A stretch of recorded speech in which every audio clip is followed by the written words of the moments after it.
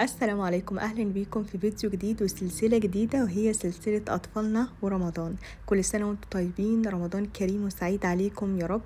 أنا عايزة أحكي لكم إيه اللي بيحصل في أول ليلة من ليالي رمضان. الرسول صلى الله عليه وسلم حكى لنا وقال لنا: قال رسول الله صلى الله عليه وسلم: إذا كان أول ليلة من شهر رمضان صفدت الشياطين ومردت الجن وغلقت أبواب النار فلم يفتح منها باب، وفتحت أبواب الجنة فلم يغلق منها باب، وينادي مناد: يا باغي الخير أقبل ويا باغي الشر أقصر. يعني إيه الكلام ده؟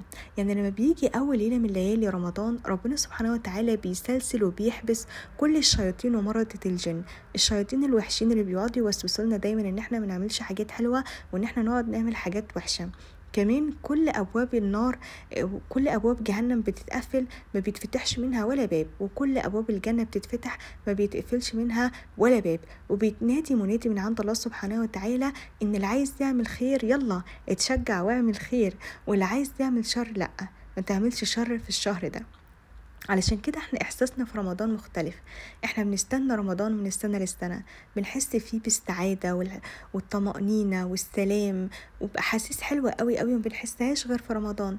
ربنا سبحانه وتعالى بيخلي لنا رمضان تتغير فيه حاجات موجودة طول السنة، فعلشان كده رمضان بيكون مختلف.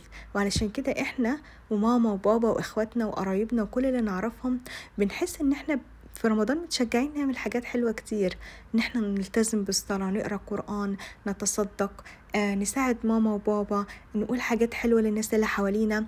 وبنلاقي نفسنا مش عايزين نعمل حاجات وحشة، بنلاقي نفسنا ان احنا نكون احسن. وبحس دي نعمة وهدية من عند ربنا سبحانه وتعالى كل سنة في رمضان، شهر جميل مليان إحساس بالأمان والسلام والسعادة، يساعدنا إن احنا نتغير ونبقى أحسن، يساعدنا إن احنا نعمل حاجات حلوة ونبطل نعمل حاجات وحشة. ده كل حاجة في الفيديو ده، استنوني في فيديو بكرة. سلام عليكم.